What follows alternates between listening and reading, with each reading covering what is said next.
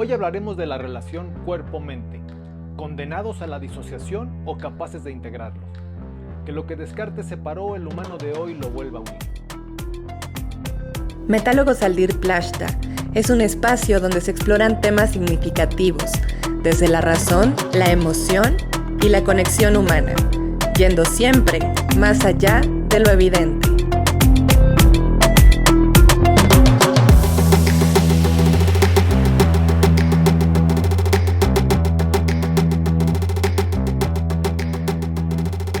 Hola Juan Carlos, qué gusto, qué alegría de verte nuevamente para el Metálogo de hoy.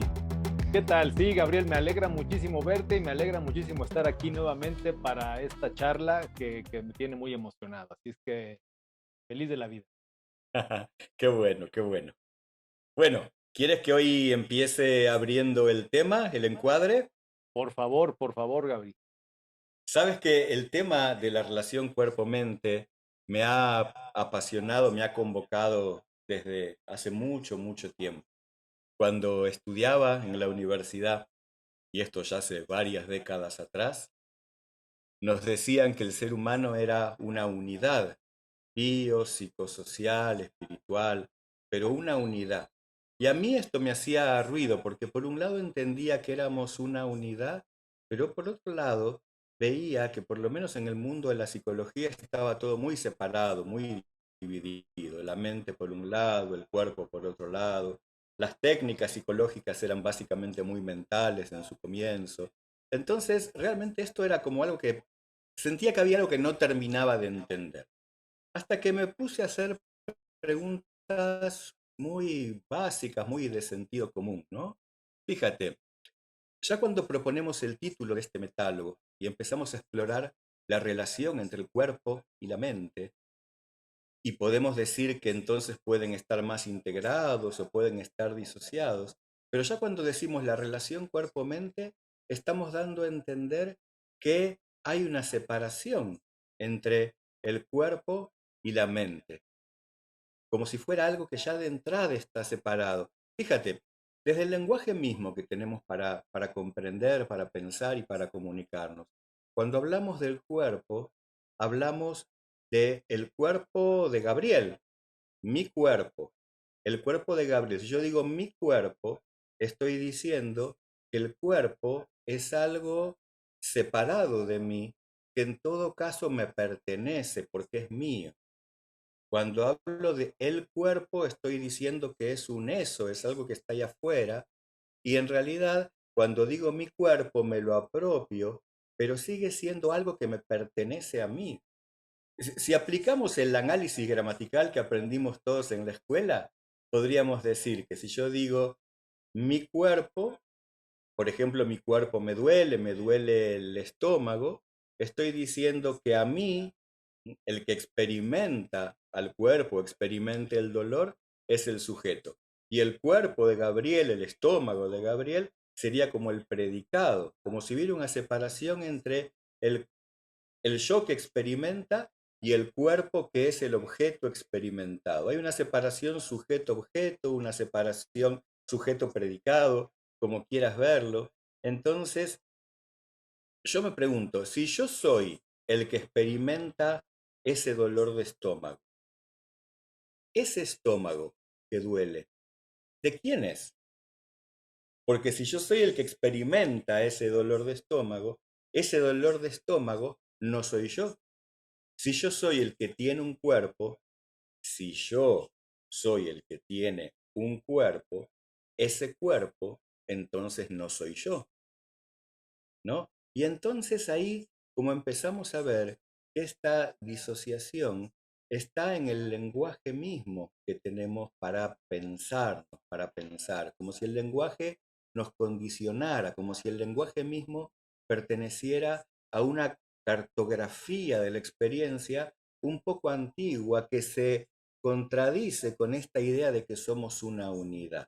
Porque pareciera que a los fines prácticos no somos una unidad. A los fines prácticos es como si todos tuviéramos como una sala de comando que habita en nuestra mente, en nuestra cabeza, y desde ahí podemos observar un cuerpo, como en la película Intensamente, no sé si recuerdas, donde estaban todos los personajitos ahí en la sala de comando en la cabeza y desde ahí dirigían al cuerpo. Entonces, ahí hay algo que a mí me genera como muchas inquietudes, muchas preguntas, ¿no? Básicamente, empezaríamos con esta disociación. ¿De quién hablo cuando hablo de yo mismo? Porque si yo soy el que experimenta un dolor en el cuerpo, un placer en el cuerpo, si yo soy el que siente como en este momento tengo tensos los hombros, si soy yo el que experimenta una sensación agradable en el pecho, si yo soy ese que experimenta, entonces ese pecho que tiene esa sensación agradable no soy yo, o esa tensión en los hombros no soy yo, porque yo soy el que experimenta eso, ¿sí? Entonces, a ver, ¿cómo lo ves tú esto? ¿Cómo lo entiendes? ¿Cómo lo miras? ¿Qué te pasa cuando piensas en esto? Pues mira, en primera instancia comparto las dudas y lo que tú experimentas, porque evidentemente yo también lo experimento del mismo modo. A mí lo que me gustaría empezar es haciendo un pequeño recuerdo de dónde viene o cómo surge esta separación, ¿no? De dónde en nuestro mundo moderno, en la modernidad, surge esa separación de la que tú hablas. Y por eso me gustaría hablar un poquito de poner en contexto lo que ocurrió con la filosofía de René Descartes, ¿no? Desde, a partir de su famosísimo axioma cogito ergo sum, y que suele traducirse como pienso, luego existo, aunque me pareciera que es un poquito más apropiado decir pienso, por lo tanto existo. Y pues bueno, entrando un poquito en el contexto de Descartes, él no llegó a esta conclusión por una mera ocurrencia, sino que es producto de una serie de procesos filosóficos profundos que él experimentó. Y lo primero sería hablar un poco del contexto histórico en el que él vivió. Descartes fue un brillantísimo físico y matemático, nada más que vivió en una época que se caracterizó por una profunda crisis, donde por un lado había unos importantísimos avances en la ciencia y por el otro comenzó una gran decadencia del dogma religioso como el núcleo de todo el conocimiento válido y verdadero. No olvidemos que Copérnico fue un poquito anterior a Descartes y que en la época contemporánea de Descartes había científicos de la talla de Kepler y de Galileo, pero donde la iglesia continuaba siendo la que gobernaba y la que mandaba y la que decía que era verdad y que no era verdad. Y esto provocó una lucha muy profunda entre quienes defendían por un lado la ciencia que se podía demostrar, la ciencia que se podía comprobar, contra los que pretendían salvar al dogma. Y esto nos dio como resultado posturas súper contrarias, súper polarizadas y exacerbadas, donde por un lado la iglesia trataba de mantener su dogma y por el otro lado los intelectuales terminaron sumergidos en una especie o bien en un relativismo extremo o en un escepticismo radical. Entonces, pues resumiéndolo, era un momento en el que para quienes estaban del lado de la ciencia o que pretendían encontrar la verdad verdadera, por ponerlo así, no era muy fácil determinar qué era cierto, qué era verdad y qué no lo era. Entonces es importante como imaginarnos la incertidumbre, la confusión que produce un escenario semejante y en el pleno momento en que la ciencia occidental nace, ¿no? Entonces, en ese orden de ideas, Descartes se propone encontrar una manera de superar ese escepticismo y de construir una teoría del conocimiento que significara y que sentara una base sólida donde pudiera asentarse el conocimiento humano. Entonces, su manera de buscar este fundamento consistió en cuestionar todo y hacerlo de tal modo que él se negaba a aceptar como conocimiento verdadero cualquier afirmación, cualquier cosa que tuviera la mínima posibilidad de ser falsa. Ahora, entre más profundizaba en esa duda sistemática, se encontró con que podía dudar prácticamente de todo, incluso los sentidos podían engañar. Y aquí viene pues la parte que nos atañe más en el metálogo de hoy. En su segunda meditación metafísica, Descartes se pregunta si realmente hay algo que pueda considerarse verdadero. Y luego de muchos razonamientos, concluyó que lo único que de verdad puede dar como cierto era su propio pensamiento.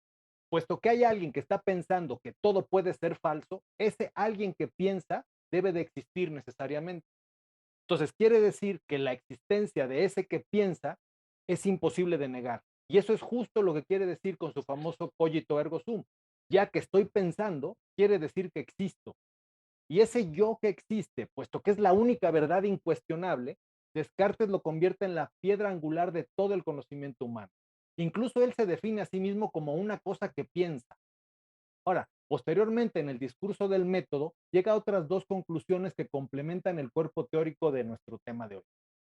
Por un lado, ya que el ser humano, en tanto que es una cosa que piensa, se convierte en observador del mundo exterior y este mundo exterior se convierte en un objeto de observación. Por otro lado, él propone dividir cada cosa que se observa en tantas partes distintas como sea posible para poder discernirla y para poder conocerla. Entonces, ese que piensa se comprende cada vez más como el yo verdadero, con el cual ese auténtico yo está cada vez más relacionado con lo que se expresa en la primera persona del lenguaje, ¿no? Mientras que todo lo expresado en tercera persona se convierte en un objeto separado del yo. Ahí pues Ujú, obviamente entra nuestro cuerpo. Los objetos separados del yo son susceptibles de ser observados y estudiados desde una distancia que guarda el observador, que es quien analiza, quien estudia, quien comprueba y quien en esencia descubre la verdad. ujú. Entonces, mientras nuestro yo se configura a partir de nuestra capacidad de razonar, de observar y de cuestionar todo, aquello que no es un yo siempre se vuelve un objeto separado. Ahora, no hay forma de exagerar la importancia de esta comprensión porque es la semilla del yo individual que conocemos en la actualidad, pero claramente también trae ese problema que implica la disociación por lo pronto del cuerpo y que en una etapa posterior también implica la disociación de la naturaleza con la cultura. Entonces, tiene enormes implicaciones de carácter positivo, pero también tiene, digamos que como humanidad, pagamos precios muy altos por esa comprensión, ¿no? Sí, sí, sí, sí. Entonces, completamente agradecido a, a estos desarrollos del querido Descartes, completamente honrando, ¿no?, el aporte que hizo al pensamiento y a la evolución y al advenimiento de la modernidad y de la ciencia moderna y a todo el esfuerzo que él hizo, pero básicamente entonces la conclusión a la que él llegó es que el yo es esa entidad pensante. Y eso tiene mucho que ver, tiene mucha coherencia con cómo experimentamos, si somos herederos, ¿no?, de esa cultura, de esa disposición, y entonces normalmente lo experimentamos de esa manera. El yo es esa entidad pensante, por lo tanto, el cuerpo es algo que no soy yo, es algo que el yo observa, y esto trae innumerables problemas. Ahora tú dices que empieza con Descartes, y yo te creo porque tú eres el filósofo sin duda. Sin embargo, no es así, de hecho es así.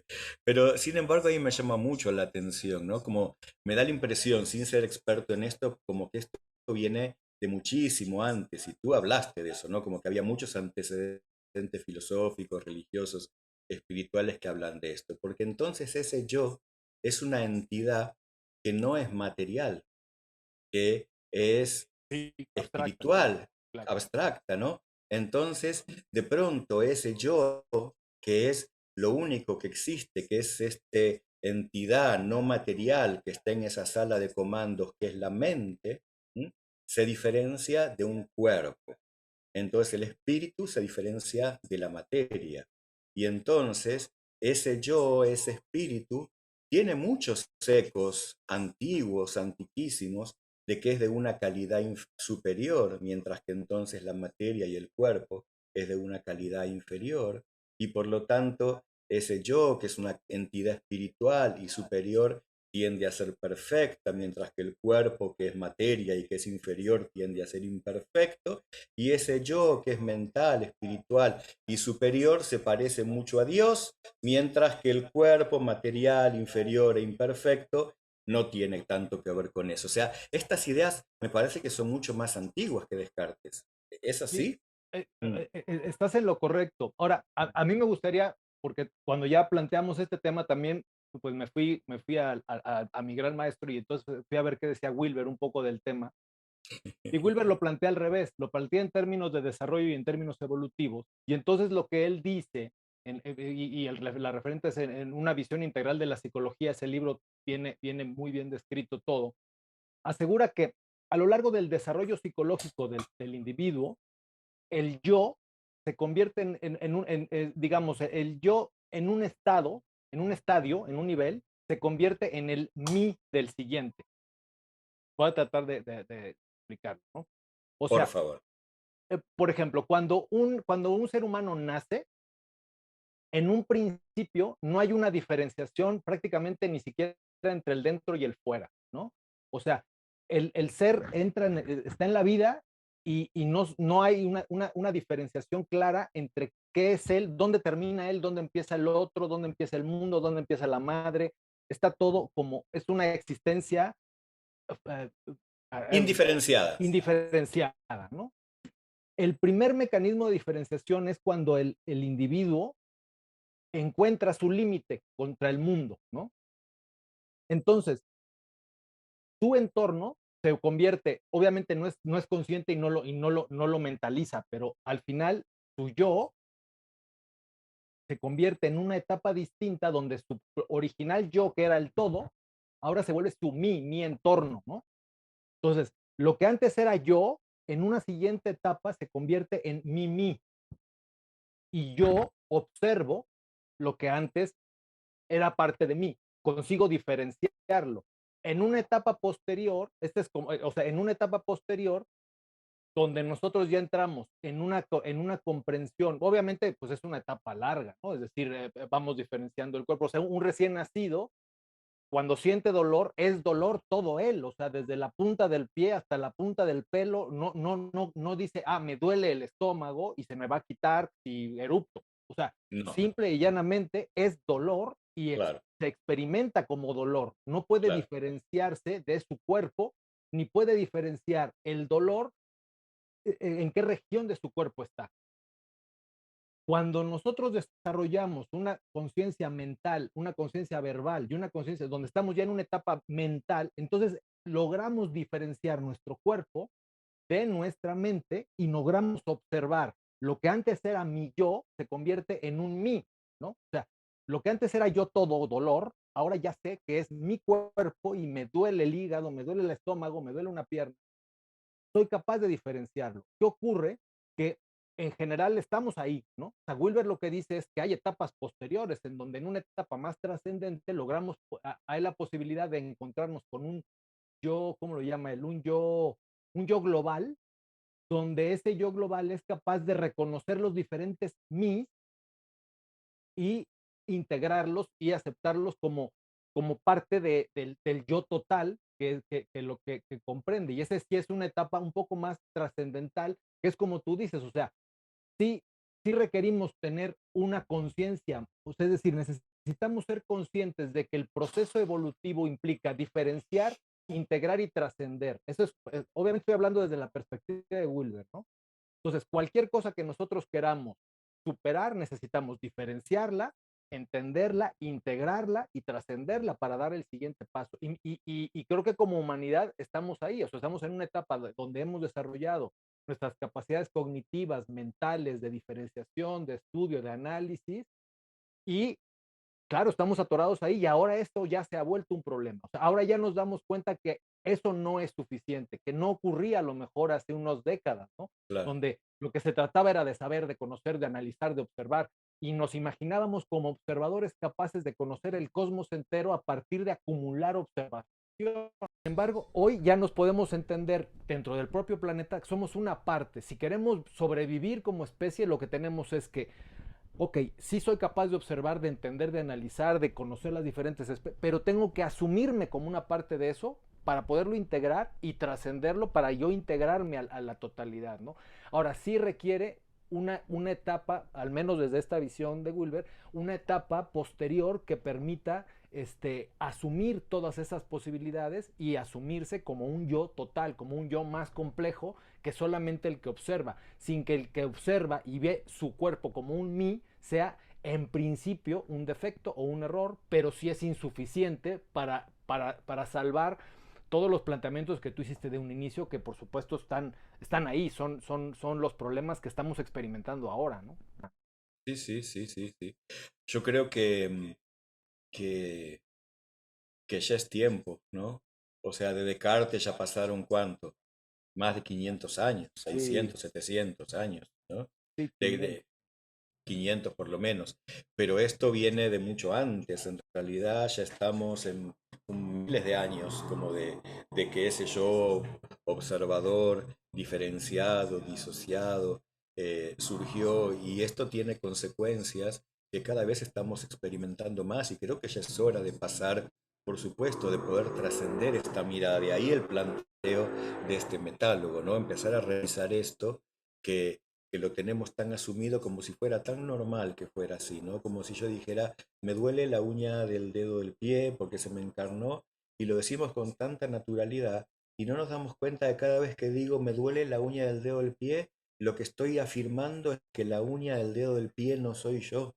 Ya. Y esto tiene enormes consecuencias prácticas. Yo que vengo de la clínica, de trabajar con personas que sufren, que le pasan cosas, o sea, me doy cuenta que esto tiene enormes consecuencias, porque si el cuerpo es considerado como algo que no soy yo, si el cuerpo es considerado como una máquina que no soy yo, entonces cuando tengo algún problema en la máquina del cuerpo, lo único que tengo que hacer, con suerte, es llevarlo a un técnico que la repare. Y esto, de verdad, está trayendo muchos problemas porque no es así. Fíjate, con los síntomas físicos, por ejemplo, cuando tenemos un síntoma, el primer paso es la disociación total, como que algo le pasa al cuerpo, entonces voy al técnico que lo repare, tomo alguna medicación que repare eso. El paso siguiente de maduración, de crecimiento, de desarrollo, es cuando asumo que hay algo que eso me está queriendo decir. Ah, E incluso que mi cuerpo, cuando hace un síntoma, me está queriendo decir algo a mí, que no soy eso, pero por lo menos está tratando de comunicarse conmigo. Entonces ahí es la concepción del síntoma como señal, ¿sí? Un síntoma me está mandando una señal, está queriendo comunicarse con esa sala de control que tengo ahí en la cabeza. Y entonces lo tomo como señal. Muchas personas directamente ni siquiera lo ven de esta manera, no se dan cuenta que es una señal. Entonces tienen un dolor de cabeza, se toman algún analgésico para la cabeza, no toman eso como una señal, ¿no? Pero los que llegan a tomar eso como una señal pueden preguntarse, a ver, ¿qué me está pasando que me duele la cabeza? ¿Qué me está queriendo decir ese dolor de cabeza? ¿Qué? Y esto está muy bien, y esto está genial, y muchos estamos empezando ya a verlo así. Pero en realidad, yo profundamente creo que un síntoma hasta es muchísimo más que una señal. Porque si de verdad somos una unidad, ese dolor de cabeza no es una señal que me está queriendo decir algo a mí. Ese dolor de cabeza es una expresión de algo que me está pasando a mí en ese momento, no le está pasando a mi cabeza.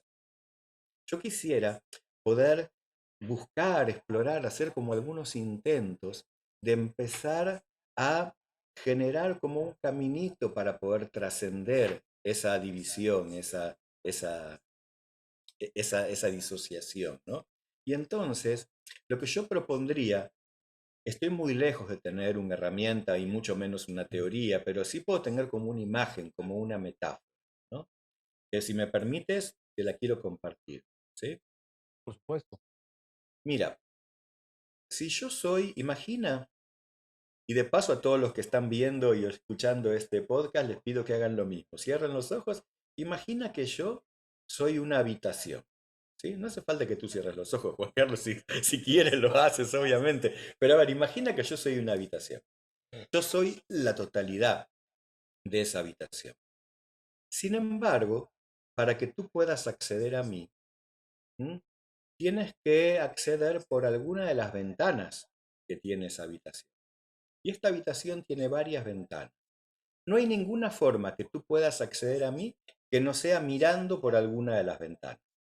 Entonces, en la habitación que yo soy, tengo la ventana de la mente, tengo la ventana del cuerpo, tengo la ventana de las interacciones, de los vínculos, tengo la ventana del espíritu. Entonces, ¿qué pasa? Si tú miras por la ventana de la mente, lo que vas a ver de mí es mi dimensión mental. Pero si tú miras por la ventana de mi cuerpo, lo que vas a ver es mi dimensión corporal. Y si miras por la ventana del espíritu, vas a ver mi dimensión trascendente. Y si miras por la ventana de los vínculos, vas a verme en relación a mis interacciones, a mis relaciones. Entonces, lo que tienes que saber es que no hay forma de que accedas a mí si no es por alguna de esas ventanas.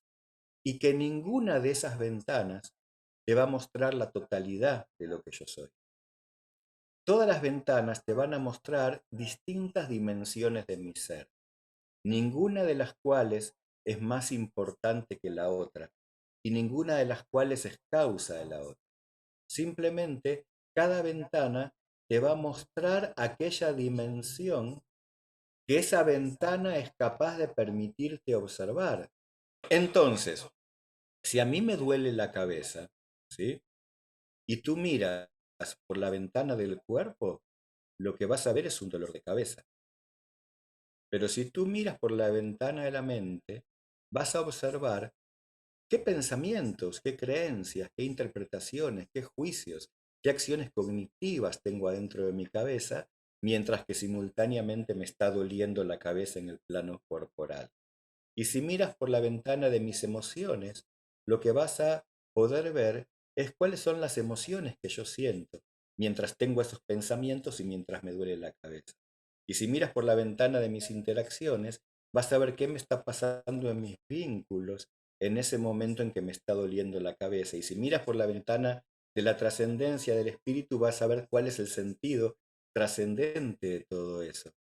Pero lo que sea que mires por cada ventana van a ser aspectos parciales de una totalidad unificada que mientras me duele la cabeza, simultáneamente tengo una emoción, simultáneamente tengo pensamientos, simultáneamente eso tiene un sentido trascendente, simultáneamente suceden interacciones. ¿Mm? No sé si logro transmitirte algo con esta imagen. Absolutamente, o sea, de hecho, exacto, como interpreto y revisando el ejemplo que tú, que es esta metáfora que tú la pones en tu libro, justamente lo que yo veo es que cada uno de esos mis emociones, mis sentimientos, mis sensaciones, mi pensamiento, son aspectos o dimensiones de mi yo total, ¿no? O sea, en cada uno de ellos encuentro información distinta de quién soy y de lo que me está ocurriendo en ese momento. Es decir, ya que llega un momento de patología, pues ya lo podemos analizar posteriormente, pero en principio es como si se tratara de los mecanismos de navegación de una nave, por ejemplo, ¿no? O sea, si tú vas en una nave y te marca que tienes una altitud baja, por ejemplo, a lo mejor equivaldría a una emoción. Esa emoción va diciendo algo que complementada con el resto del instrumental te pone en contexto de lo que está ocurriendo en el vuelo, ¿no? O sea, a lo mejor esa imagen sola, ese dato solo, ¿qué es lo que solemos hacer? Viene el dolor de cabeza, ¿qué hago? Pum, una aspirina o un analgésico o un lo que sea. Entonces, esa información es como si apagara ese dispositivo y dejo de ver esa señal o ese indicador, ¿no? Pero si yo ese indicador lo observo y veo el resto del panel, entonces me voy adentrando, ok, me duele el cuerpo en esta parte, ¿cómo me siento a ese respecto? ¿Qué pienso de esa situación?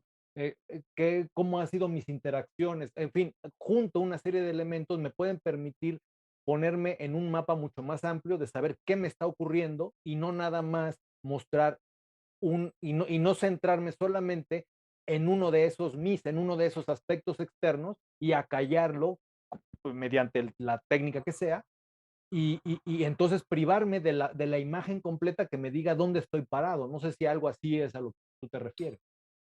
Sí, algo así, pero fíjate algo. O sea, tú puedes tomar todo esto que estás diciendo sin cambiar el modelo total, ese cartesiano de la división. O sea, sigue habiendo un centro de comando que ahora tiene más información de distintas dimensiones para poder navegar mejor. Pero ese yo que yo creo que soy sigue siendo el yo de mi mente que tiene sala de comando en mi cabeza. Y yo lo que propongo es ver si podríamos dar un pasito más ahí, que no sé, todo esto es exploratorio, son como imaginaciones a ver cómo sería, ¿sí? Porque, ¿qué pasa si mi yo no fuera ese yo mental de mi sala de comando? ¿Qué pasa si el yo va tomando la forma de la ventana por la que mira o del lugar donde se estaciona. Yo tengo un yo mental que está en mi sala de comando, digamos, tradicional, y también tengo un yo corporal, y también tengo un yo emocional, y también tengo un yo espiritual, que en realidad todas estas son las distintas dimensiones de ese, si quieres, yo total o yo unificado, ¿no? Pero a mí lo que me gustaría, esto es algo que me parece que sería como el paso que viene si de verdad queremos trascender esta división, esta decisión cartesiana, es que podamos transformar la idea de ese yo que yo soy mental como en mi sala de comando, ¿no? Sacar al yo de ese lugar, porque el yo no tiene por qué estar en ese lugar, porque si el yo estuviera en ese lugar, todo lo que no está en ese lugar no soy yo. Pero Entonces, a ver, sí, déjame ahondar, sí, a ver, sí, claro, entiendo lo que me dices, pero si yo desplazo mi yo mental a mi yo corporal, estoy asumiendo una perspectiva, pero una perspectiva que a la que ya accedo o la que ya he accedido, ¿no? O sea, poniéndonos en la dinámica de Wilber, sí, sí, o sea, el yo mental implica, implica un avance con relación al proceso de desarrollo general. Yo lo que entiendo es que el yo total implicaría una perspectiva nueva. O sea, más allá de que es importante la capacidad de asumirse, o sea, de regresar a esa perspectiva temporalmente, porque si renunciamos al pensamiento, no podemos interpretar el, el acontecimiento corporal. O sea, mi yo corporal puedo sentir lo que ocurre en mi cuerpo, pero si no lo puedo volver, si no puedo yo llevarlo a mi mente, si no puedo, no sé si desde mi mente o si desde dónde, pero si no lo puedo traducir en palabras, si no puedo racionalizarlo, o si no puedo, porque racionalizarlo no me refiero solamente a perderte en el pensamiento, sino la racionalidad como una herramienta humana para entenderse, para entender la existencia. Porque el que yo me sumerja o sea, yo tengo un dolor en el cuerpo, incluso en terapia lo hemos visto, tú te conectas con ese dolor y lo experimentas, pero ese dolor después tienes que traducirlo a otro tipo de imágenes o a otro tipo de racionalizaciones para poder obtener conclusiones a ese respecto. Entonces, a lo que yo me refería, o lo que yo pienso es que ese yo más avanzado tendría que implicar una perspectiva nueva. Y esa no está tan claro para mí cómo se consigue. O sea, yo en mi caso personal, en mi experiencia, creo que he tenido vislumbres en meditación, ¿no? Donde haces un paso atrás y eres capaz de ver hasta tus pensamientos peleándose y cómo te vienen 50 pensamientos y dices, bueno, yo no sé ni por qué estoy tan preocupado por todas estas tonterías que no tienen importancia. Y en esos momentos voy a llamarle claridad, lo que conseguí fue dar un paso atrás y observar ese funcionamiento de mis múltiples mis, donde mi pensamiento es otro mí. O sea, a eso me refiero con una perspectiva nueva, en donde soy capaz de el propio pensamiento se convierta en un objeto de observación. me gusta esta perspectiva nueva, estoy de acuerdo, ¿sí? Estoy de acuerdo. No, no sé si estoy tan de acuerdo como que sea necesario sacar conclusiones o racionalizar, pero sí estoy de acuerdo, para no discutir todo, sí me gustaría navegar por ese lugar de que tendría que haber como un yo que pueda trascender y por lo tanto tener una perspectiva nueva. Y en realidad, lo que yo observo es que en ese proceso, y yo ahí coincido con Wilber, ¿no? De poder primero diferenciar, luego integrar y luego trascender, ¿m? Lo que yo veo es que nos hemos quedado como cultura, como civilización, nos hemos quedado en la fase de diferenciar demasiado tiempo. Correcto. Ese es el problema. Y entonces necesitamos integrar para poder trascender. Fíjate, yo no estoy para nada en contra del pensamiento. Sí estoy en contra del pensamiento disociado. Pero podría haber un pensamiento integrado, un pensamiento que no sea pensar sobre mi cuerpo como si mi cuerpo fuera algo totalmente diferente al yo que piensa, sino que puedo tratar de imaginarme un pensamiento conectado con el cuerpo, un pensamiento conectado con las emociones, un pensamiento que no deje de lado las interacciones, lo espiritual, un pensamiento que pueda como integrar las distintas dimensiones. Entonces el yo, ¿m? Si tuviera que poner una sala de comando, no sé si el yo estaría en la sala de comando en la cabeza. ¿Sabes? Te quiero contar algo, un pequeño ejercicio que hago muchas veces con los grupos, ¿sí? Le pido a la gente, a ver, cierren los ojos y sin pensarlo, dejen que una mano vaya hacia el lugar del cuerpo donde ustedes tocarían si dijeran, acá estoy yo, este soy yo, aquí estoy yo. ¿Mm? Les estoy diciendo que pongan la mano donde está su sala de control, por decirlo de alguna manera, donde ellos habitan. Y sabes que he hecho esto con muchos cientos y cientos de personas diferentes en diferentes países del mundo y básicamente la estadística es la siguiente. Un 70-80% pone la mano aquí cuando dice aquí estoy yo. ¿Mm? Un 20% pone la mano aquí. ¿Mm? Y un pequeñísimo porcentaje restante pone la mano en los lugares más recónditos del cuerpo, en un codo, en una rodilla, en la espalda. O sea, ese pequeño porcentaje ya ni sé qué pensar, ¿sí? Pero me quedaría con el 70-80 y el 20-30 que pongan la mano aquí y aquí, ¿no? Y eso, como, si bien es una experiencia y obviamente científicamente no dice nada, pero algo dice, ¿no? Porque las personas que ponen la mano aquí, cuando dicen, ¿dónde estoy? Yo estoy aquí, yo habito aquí, aquí estoy yo.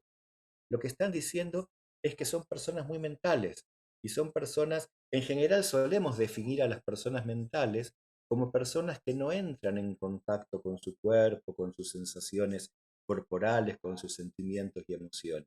Se quedan muy habitando en la mente, como si fuera, como si en el cuello tuvieran este puente que es el cuello, estuviera cortado y habitaran solamente en la cabeza y estuvieran desconectados del cuerpo. Sin embargo, mucha gente, ese 70-80% que dice yo habito aquí, ¿m? En realidad no sé si habitan tan ahí, pero tienen como esa intuición, ¿sí? De que la sala de comando no está tan aquí, ¿no? Sino que hay algo como un poco más integrado, como si el centro de gravedad pudiera bajar de la cabeza hacia un lugar más central del cuerpo, ¿no? Porque vamos, tampoco es que el corazón es el centro de las emociones, eso es un mito, ¿no? El dibujito del corazón, como estoy enamorado, no, no, no, tampoco. Hay algo distinto que sucede aquí, ¿m? Que no es solamente ese tema del amor que sucede en el corazón, como si hubiera algo que me dice que el centro de gravedad está en otro lugar de mi cuerpo, ¿no? Como si yo habitara en otro lugar. Entonces, no sé bien qué significa esto, pero me parece que algo nos dice. A mí me da la impresión de que ocurren dos cosas. Por un lado, tenemos la intuición de que la mente no alcanza, Ujú, una intuición acertada, o sea, la comparto, ujú, pero pareciera que lo que la reacción natural es, lo voy a poner en esos términos, bajar a la emoción, ¿no? O sea, como el pensar no alcanza, tengo que sentir. ujú. Como dejé, y lo entiendo porque hemos dejado de sentir mucho tiempo, pero solo sentir tampoco, o sea, dejar de pensar para sentir tampoco me parece que sea una solución. Ahora, Oh, ahora que estabas hablando hace unos segundos, me pareció que también me vino la imagen de que lo mismo de alguna manera está ocurriendo cuando dijiste que estábamos diferenciando demasiado. Creo que nos estamos perdiendo en la diferenciación y me parece que en lo social se ve con toda claridad. O sea, por ejemplo, en el tema de la discriminación por preferencia sexual. Ok, eso ocurre, pero seguir poniéndole letras al LGTB, o sea, seguir diferenciando y diferenciando y diferenciando y diferenciando y diferenciando y haciendo de la diferencia, de la mera enunciación de una nueva categoría, una virtud, pues está bien, yo lo respeto y me parece bien, pero no sé hasta dónde resuelva algo, seguir enumerando categorías y más categorías y más categorías y más categorías.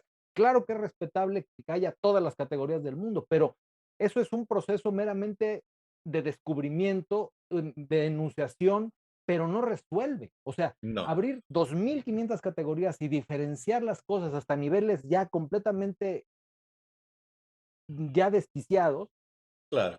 Lo único Pero que rompe es el diálogo, rompe la sí, posibilidad de integrar, ¿no? O sea, sí, sí, nos, sí, nos, nos hace que nos perdamos en la diferenciación. Y me parece que sí, eso ocurre en un montón de ámbitos, o sea, en el sí, ámbito del machismo contra el feminismo, en el ámbito de la política, los de la derecha contra los de la izquierda.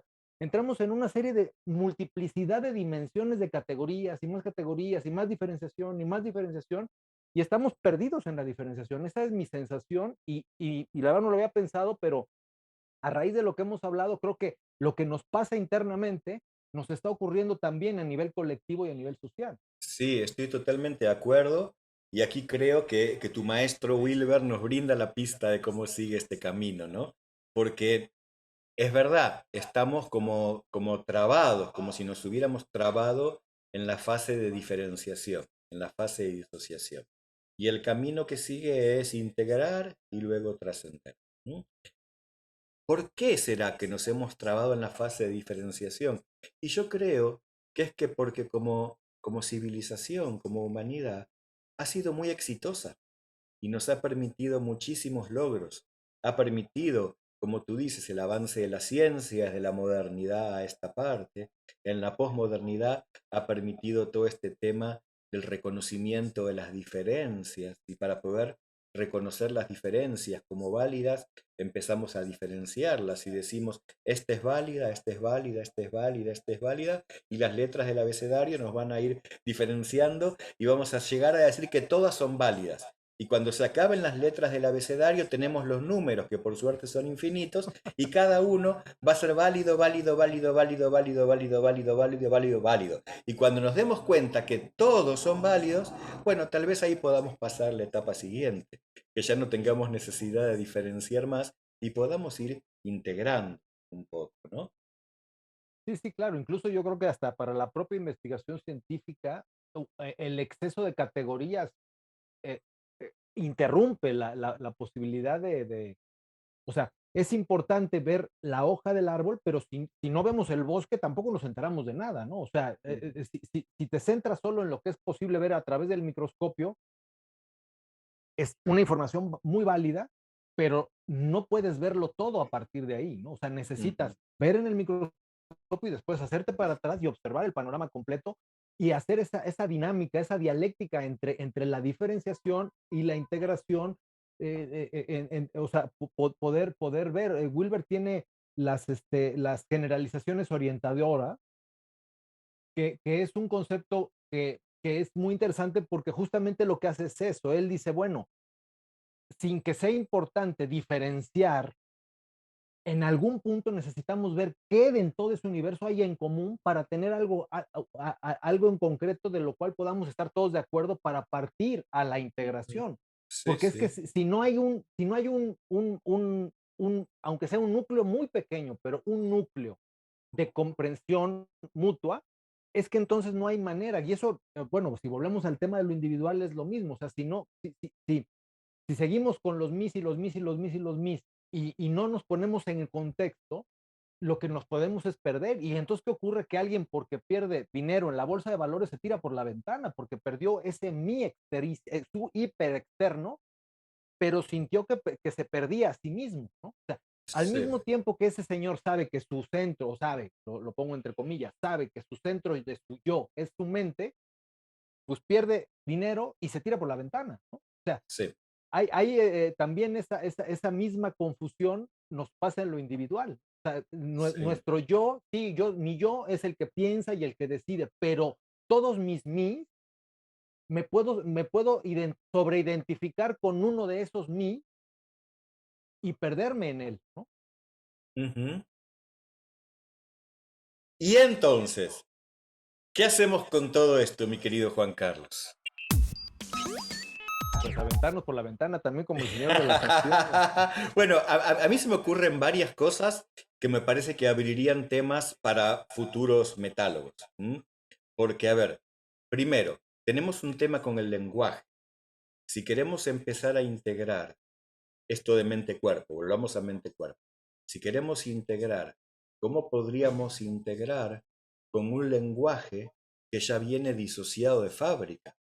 ¿Entiendes? Porque si yo sigo diciendo, yo tengo un cuerpo, ese cuerpo no soy yo, sujeto-objeto, sujeto-predicado, tendríamos que encontrar algún lenguaje distinto que permita aproximarnos a ese territorio distinto, a esa nueva forma de ver las cosas más integradora y no tan diferenciadora. Entonces, un tema que se me ocurre para explorar en algún momento es, pero el lenguaje refleja nuestro pensamiento o el pensamiento es el disociado, es el que creó un lenguaje disociado, o el lenguaje disociado crea el pensamiento disociado, o qué es primero, el huevo o la gallina.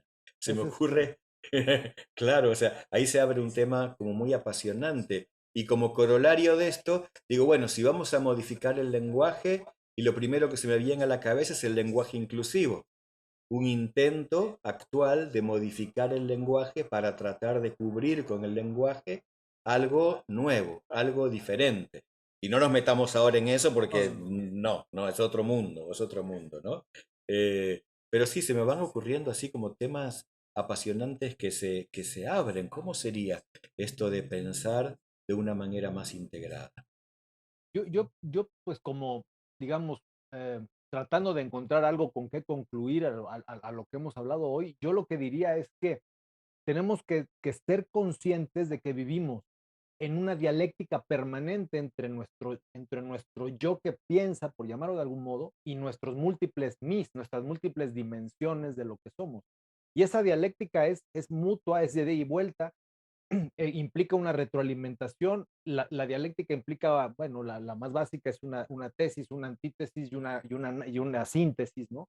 El ir involucrándonos con cada una de esos aspectos en cada circunstancia para enriquecernos de ellos, para empezarlos cada vez a tomar más en cuenta, para poderlos pensar naturalmente, o sea, no pensar, sino al mismo tiempo que pienso, puedo visitar diferentes dimensiones de mi yo y vivir en ese estado de dialéctica permanente entre todo lo que me compone. O sea, lo primero es diferenciar. Hemos hablado de muchos aspectos que nos forman, ¿no? Nos forman nuestras emociones, nos forman nuestras sensaciones, nos forman la percepción, pero también es cierto, nos forman nuestros vínculos, también tenemos objetos, tenemos una casa, tenemos un trabajo, o sea, hay una infinidad, no infinidad, pero sí una gama importante de aspectos que sí nos constituyen en términos de identidad para con el mundo. Y todos habría que tomarlos en cuenta y mantener una especie de dialéctica entre ellos y saber que cuando uno de esos aspectos va mal, o sea, si te echan del trabajo, algo ocurre, ¿no? O sea, normalmente podemos voltear y decir es que fue una injusticia, es que el otro, es que nos pusieron una trampa, es que alguien conspiró contra nosotros, y a lo mejor es verdad, pero habría que ver qué otros aspectos nuestros están en la misma sincronía y tratar de entrar en esa dialéctica, de tratar de entender qué nos está ocurriendo y qué nos ha producido cada circunstancia y cómo podemos transitar por ellas y modificarlas, interferirlas, participar en nuestra propia existencia del día con día. No sé cómo veas tú. Sí, sí, sí, sí. Es que, sí, veamos este último ejemplo. Si te echan del trabajo, te están pasando muchas cosas al mismo tiempo, porque en tu yo interaccional te echaron del trabajo. Cognitivamente en tu mente puedes pensar que eso es una injusticia. Emocionalmente tienes emociones, de ira, de angustia, de miedo, de lo que fuera. Desde un sentido trascendente, te puede estar eso dando la información de que ese trabajo no era para ti, tienes que seguir avanzando y tienes que dar el paso siguiente y tienes que corregir tu rumbo. Entonces, ¿cuál es el verdadero yo? ¿Es el yo que piensa que es una injusticia?